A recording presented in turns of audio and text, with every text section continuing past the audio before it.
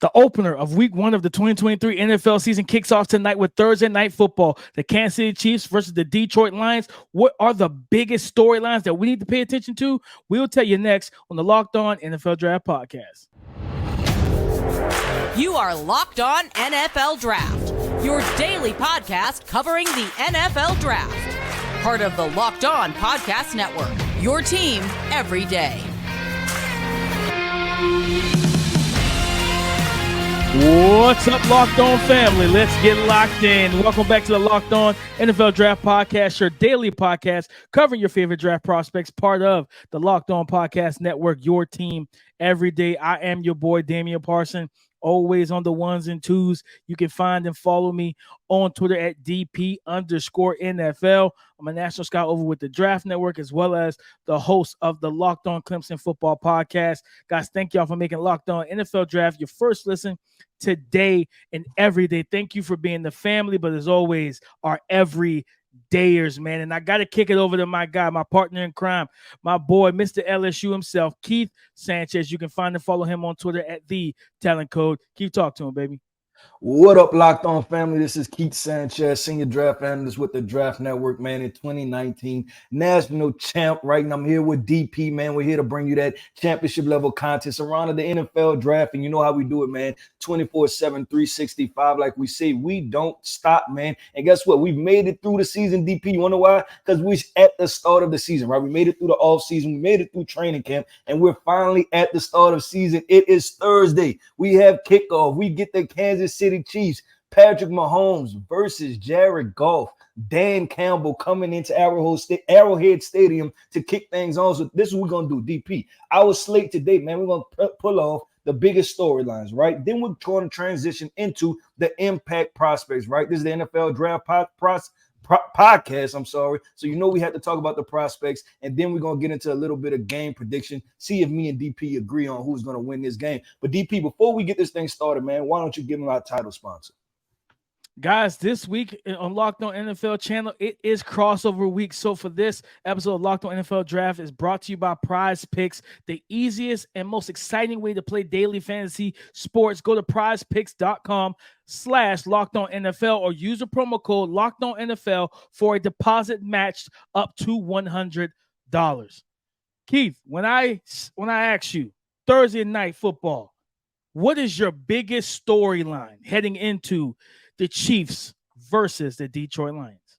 DP, we just got it, less than 48 hours ago, right? And that is Travis Kelce, this hyperextended knee. Will he play or will he not play? Because this directly transitions into, right, this is the NFL Draft Podcast, the couple guys that they drafted, Sky Moore, Justyn Ross, and Rashee Rice. This is y'all's show now, right? This is not if Travis Kelce is not there, this is not the Patrick Mahomes where he walked into Kansas City where there was Tyreek Hill on the outside, right, and Mecole Hardman, and then now you have Travis Kelce in the middle. Travis Kelce not there. You have three brand new weapons that are going to ask to be your number one, your number two, your number three options. So for me, I would be interested to see if Travis Kelce isn't there, how is he going to use these guys, right? Who is going to be that kind of big slot, right? Because what Travis Kelce does is that he's a tight end, but we know that he has some moves at the top of his stem, right? That he is like a wide receiver, right? He can sell you those fakes, right? He can do the hard pivot, right? He can do so many different things at the top of the route, DP, that it's almost like a wide receiver. So I'm anticipating, instead of a guy with, I think is the backup tight end is Noah Gray or Blake Bell, right? I'm not expecting those guys to get the target share like that. I'm expecting one of these young wide receiver weapons that have size on them to kind of get that target share. So I'm looking at clearly Rashee Rice, Justyn Ross. They've tore up training camp, right? So you feel pretty good about that. But I just want to know which one emerges. Now, that's a good storyline in general, Keith, because like I said, that's a big blow. Last year, coming into the season, it was, well, what can Patrick Mahomes do without Tyreek Hill? Well, he won the Super Bowl. He won the Super Bowl. I think he was leading passer in the league or somewhere in there. He's proved that he's really, really good. But then, now going into week one, not the whole season, but week one, and it's such a quick, because they're talking about he's doubtful basically because there's knee swelling with the hyperextended knee for Travis Kelce. So he really is pointing in the direction of him not playing. So those other guys got to step up. Keep on the flip side. When I look at the biggest storyline for me, I think it goes to the Detroit Lions and their offensive coordinator, Ben Johnson, the guy that I believe is one of the best offensive minds and play callers in the NFL. This just starts his head coaching campaign, right? If you go out there against the Kansas City Chiefs and you're across the field from what most people would say is the best play caller in football, right? Not Kyle Shanahan, Andy Reid is the best play caller, one of the most creative play callers in NFL history, right? We've seen some of the stuff they've done, especially in big moments where they come out in like the diamond pistol set, got, Mahomes motion into H-back. You got a running back taking the snap. They still throw the ball out of that formation. They doing, they hitting the Temptations full spin in the Super Bowl and all this other stuff like that pre-snap. Like the creativity and everything goes to Andy Reid. He's the best play caller in football. But Ben Johnson, I think, has a chance tonight, Keith, to really showcase and prove to everybody why he was such a hot commodity as a head coach. When I tell you that he was the Detroit Lions, per Sports Info Solution, I remember looking at this up over the summer. If I remember correctly, the Detroit Lions ranked number 1 in 11 personnel, which for those who don't know, has 3 tight ends, 3 wide receivers, 1 tight end, 1 running back. And you talk about the stress that put on defenses, the pre-snap motion. What we saw Kansas City Chiefs do to the Eagles, Keith, that all that motion, late in the clock and stuff like that, that really beat the Eagles defense up in the Super Bowl, that started week 1 when the Detroit Lions faced the Eagles. He did the exact same thing. He was stressing those guys out because it's the fact of sending guys in motion late. You're trying to communicate late, and you're also trying to be on alert for when the ball is snapped. It just creates so much chaos, but it's control chaos for the offense. It's uncontrolled chaos for the defense, man. So I think with him and the 11 personnel, they're going to be able to run the ball, but then also his ability to showcase, all right, how can we push the ball down the field without Jamison Williams, who's suspended for the first 6 games. You got Marvin Jones back. You got Antoine Green, who's a rookie, Josh Reynolds. But, of course, the dude in that wide receiver room is Amon-Ra St. Brown.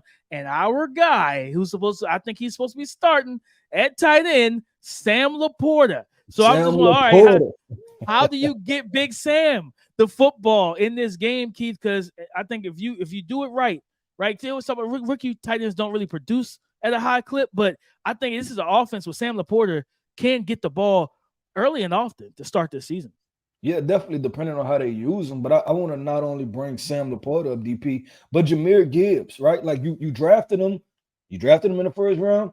Use them, right? Like that's my thing. Use them. You can put both guys on the field because I believe what they brought in David Montgomery, right, from the Chicago Bears, because they lost Jamal Williams. So use them, right? I don't mind even the 2-back sets, right? Some of what you seen Florida State do at LSU. Put both backs out there. Confuse these people a little bit, right? Do some motion type stuff with Jahmyr Gibbs. Use him that as the offensive weapon that he is, DP, because I think he can really be a key to this game. Because I don't think people fully understand what Jahmyr Gibbs can do in the passing game, right? And I will say it that it's not even close, right?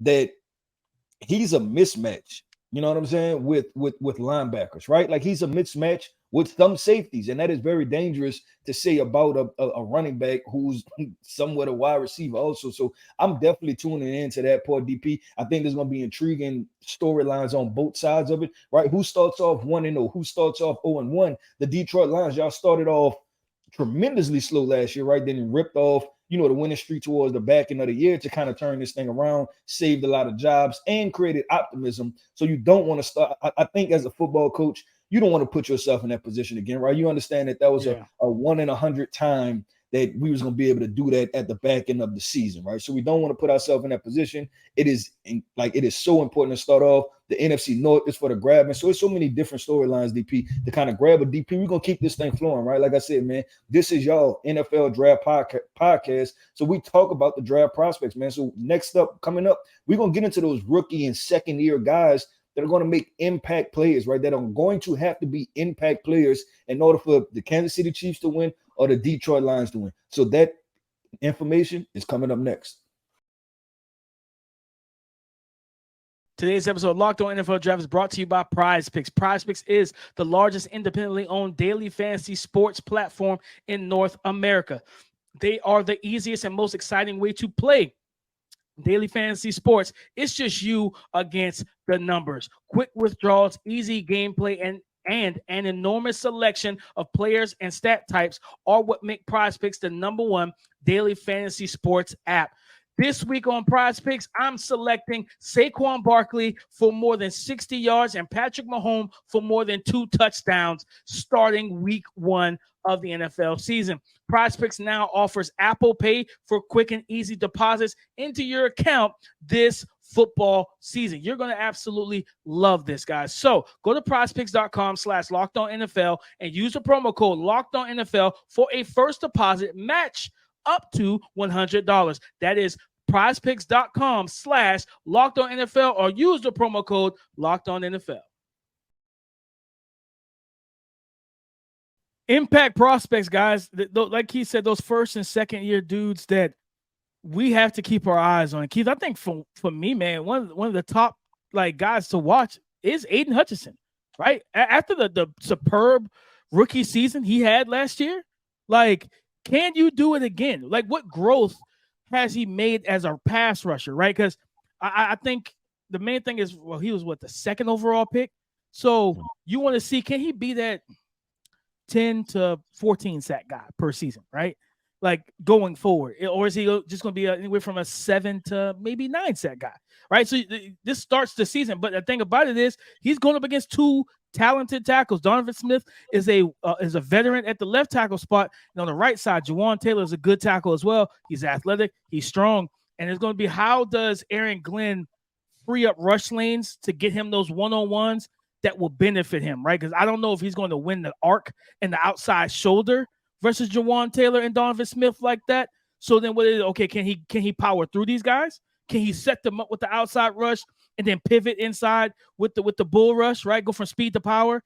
Can he work inside cross face and get right into the face of Patrick Mahomes? And at the end of the day, can you corral Patrick Mahomes? He's one of the most elusive quarterbacks in the pocket. Can you corral him when you get back there? It's one thing to get there, but you still have to get him to the ground, right? You still got to get get there and hold on to him and make the referee blow the whistle, right? You have to, and then 100%. On top of that, with the penalties, you got to watch how you tackle, right? I can't hit you too high. I can't He's hit the you face too of low. the league. I can't hit you too hard, essentially, right? So I have to get there in a hurry, corral you, and then make sure I don't hit you too tough. So Aidan Hutchinson DP definitely has a lot on his hand. Are there any other Detroit Lions? Because I'm thinking about this defense, right? Matter of fact, I'll bring up a name, man. Linebacker Jack Campbell, right? We talked about him. I was about to go there.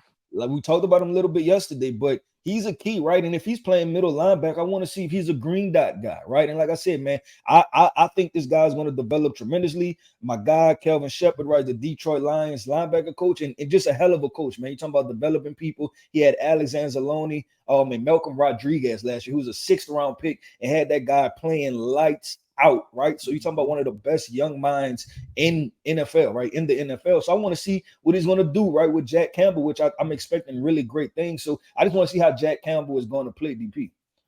No, Keith, I was just going to go to Jack Campbell. I really am keeping my eyes on him, mainly because when they get when the Chiefs want to run the ball, Isaiah Pacheco is a small, I think he's listed smaller, but he runs like Marion Barber. He runs so much like Marion Barber. He's a hammer. He's physical, and of course, speed-wise, he's super explosive. Here's what I want to see when it comes to Jack Campbell. Again, Andy Reid understanding how to create a mismatch. Does he find a way to get Jack Campbell, who some people feel like he's a questionable athlete, matched up on the speed of these running backs in the passing game in space? Whether that's Pacheco, I think they still have Jerick McKinnon, things of that nature. Do you get him, Clyde Edwards-Helaire, your boy from LSU? Do you get Jack Campbell? Can you get Jack Campbell matched up in space against these shifty running backs to where then that's an easy tell? Okay, I know where I can go with the football. And if you get them matched up, is that going to be a mismatch or a matchup that you're going to try to exploit, right? But Keith, there's somebody else on the Lions that we got to hit real quick. And that's our guy, Brian Branch, the nickel safety. Listen, you talk about dealing with that's gonna be interesting. I don't want to say I almost forgot. Kadarius Toney. Forgot. Yeah, like that. That's going to be interesting. the Chiefs saying Kadarius Toney should be good to go for this game. And you know, Kadarius Okay. Toney plays a lot in the slot. So Kadarius Toney versus Brian Branch being an instinctive, just you know, that phrase like, oh, he's a head coach's son. I don't even know who his father is. I don't know if his father coaches football or not, but he plays like a head coach's son. That's how good Brian Branch is. He's so disciplined, so rock solid in every area. So it's like, all right, Kadarius Toney, Sky Moore, when these guys get into the nickel, into the slot, Keith, can he handle? Because that's a variety.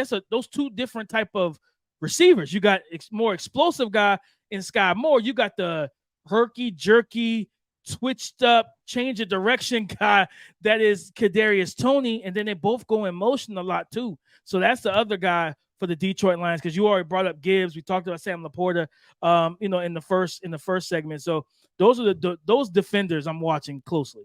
Yeah, let's walk across the sideline, DP, and go to the Kansas City Chiefs sideline and talk about them defensively, right? I talked about who's going to have to fill in for Travis Kelce, but there's another big hole on the defensive side of the football, and arguably, right, the guy who played the best defensive football last year, and that is defensive tackle, defensive end, all-world defensive lineman. Let's just call him that. And that's Chris Jones, right? He's holding out, and he said, you may not see me until week 8. So who's going to fill in for him, DP? They've made a couple transactions, right, with young guys.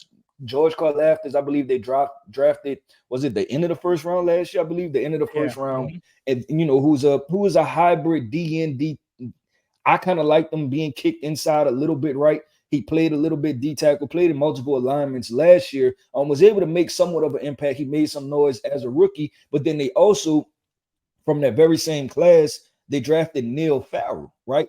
They traded for Neil Farrell. I'm sorry. The Raiders drafted Neil Farrell. They just traded for him. So, and Neil Farrell was a guy that can kind of get upfield, was better against the pass, rushing the passer, right? Because he was a nimble, mobile type of athlete for a defensive tackle. So those two guys up front, DP, I believe are going to make some noise, right, as far as rushing the pass. They're going to have to. At the end of the day, they're going to have to. Somebody's going to have to step up for Chris Jones. We're talking about, I believe he had 15.5 sacks last year. So that's just sacks, right? That's not counting for pressures. That's not counting for how many times the lines had to get, slid to him. That's not accounting for how many double teams went his way, right? So you're talking about a guy that just from the defensive line position really dictated a lot of stuff for this Kansas City Chiefs defense.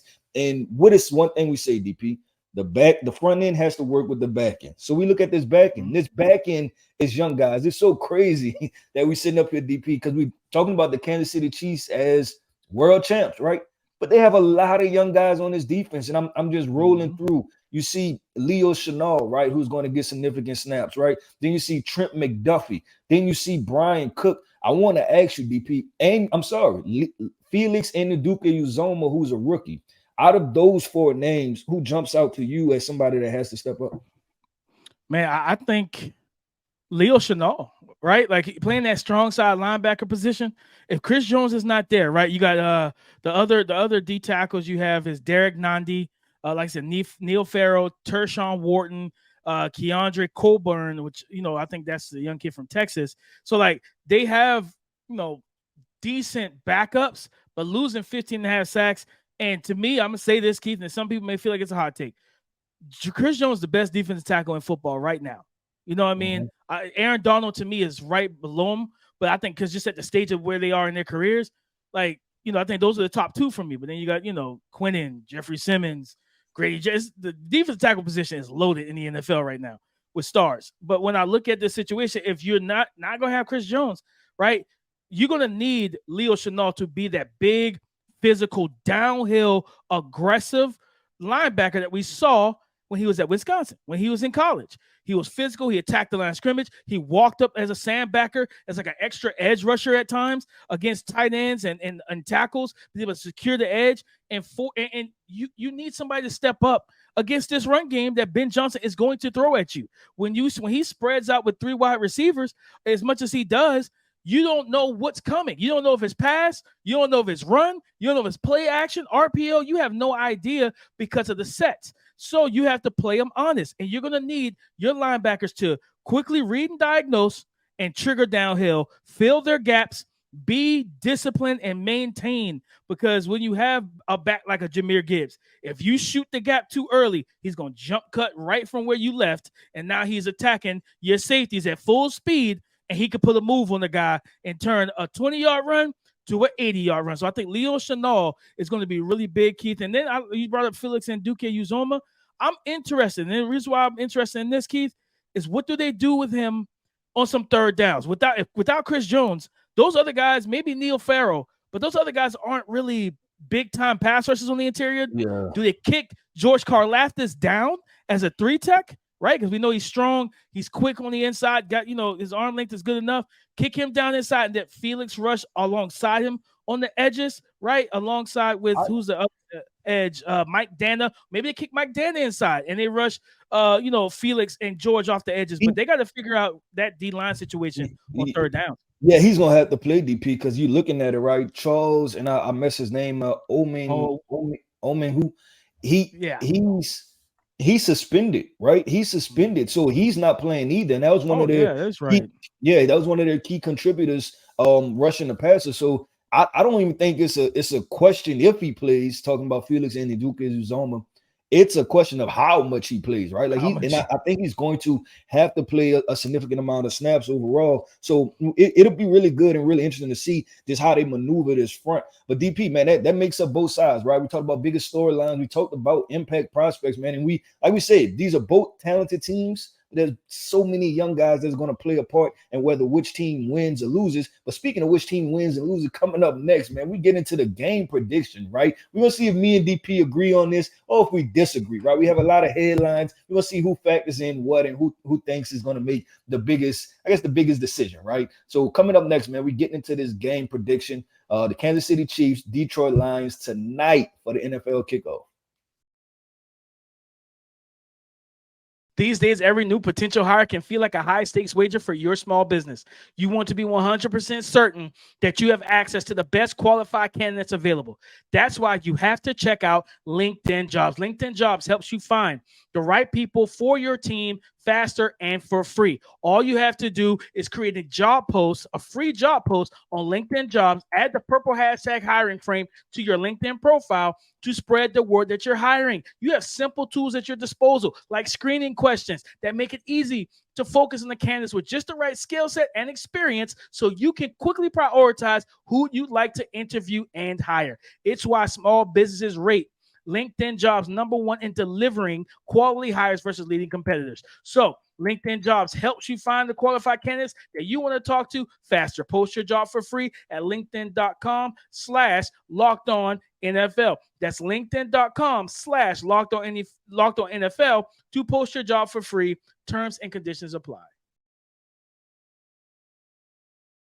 Let's close it out with those game predictions. Time to pick this game. Keith, our partners, our friends, our guys over at FanDuel Sportsbook have the Kansas City Chiefs a 5.5-point favorite in this game. And I'm pretty sure that's probably dropped due to the fact that Travis Kelce is not going to be there. And that's the way it's trending. And of course, Chris Jones not going to be there either, Keith. When you look at this game, losing those two elite players, crazy enough, the Kansas City Chiefs have 3 players that you can argue are top 10 in all of football, just no matter position.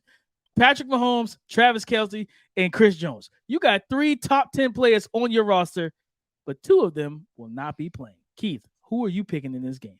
DP, you said it, man. You said it. If people wonder why I tweeted out, go get Jonathan Taylor if you're the Dallas Cowboys, it's because elite players make all the difference in the world. I don't want to have to repeat it again, right? Elite players make the difference. This is a game of dudes, right? It's dudes versus dudes. You can have all the X's and O's you want to, right? But if you don't have the guys to execute, then it doesn't matter. Now, what I'm going to say is I will not underrate Andy Reid as a head coach, right? I think he's extremely talented head coach. But DP, you hit on, you said 3, like these guys are potentially the best at their position, right? Patrick Mahomes, but the best quarterback, Chris Jones, potentially the best defensive tackle, and Travis Kelce, potentially the best tight end.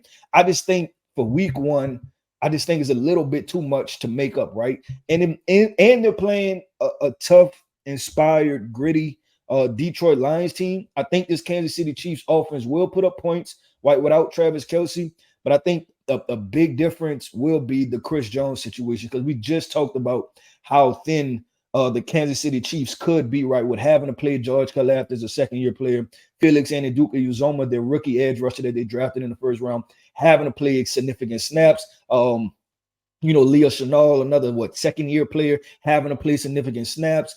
Brian Cook, the safety, right, having to play significant snaps. All those guys, which I think the future is bright. But I'm just talking about for this matchup with a talented Lions team. I think the Lions are going to walk away with a win right here. Keith, I'm on board. I'm on board with you. I'm picking the Detroit Lions as well. Like, just losing Chris Jones and Travis Kelce are big. Do I think that Pat Mahomes could still have a good game? Absolutely. That's Patrick Mahomes. Yeah, DP, you asked me if I'm nervous about my pick. Yes, I'm extremely nervous about my pick, man. We talking about the, you know what I'm saying, the man, the myth, the legend, Patrick Mahomes. I'm just trying to, without that, right? Because we always say that it does take a team also, right? You have to have talented pieces around you to win games, win championships, etc. I'm just trying to think about it, and I'm like, you know what? I think I'm gonna roll with the Detroit Lions. So, but if you ask me, Patrick Mahomes, yes, I'm nervous. I'm not confident. I probably wouldn't even bet on this game, to be completely honest. I would just stay far away from it, right? This is not a gimme game one way or another. But I do think the Detroit Lions are going to pull it up.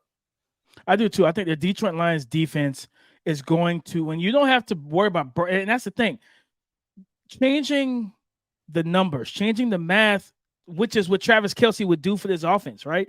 He's working the middle of the field. He's working the seams and everything that he's doing. What does that do? It occupies, if it's zone, it occupies all the defenders in that zone, which will free up somebody else. Mesh concept, you got linebackers dropping off, trying to get to their spots deep enough to take away Kelce.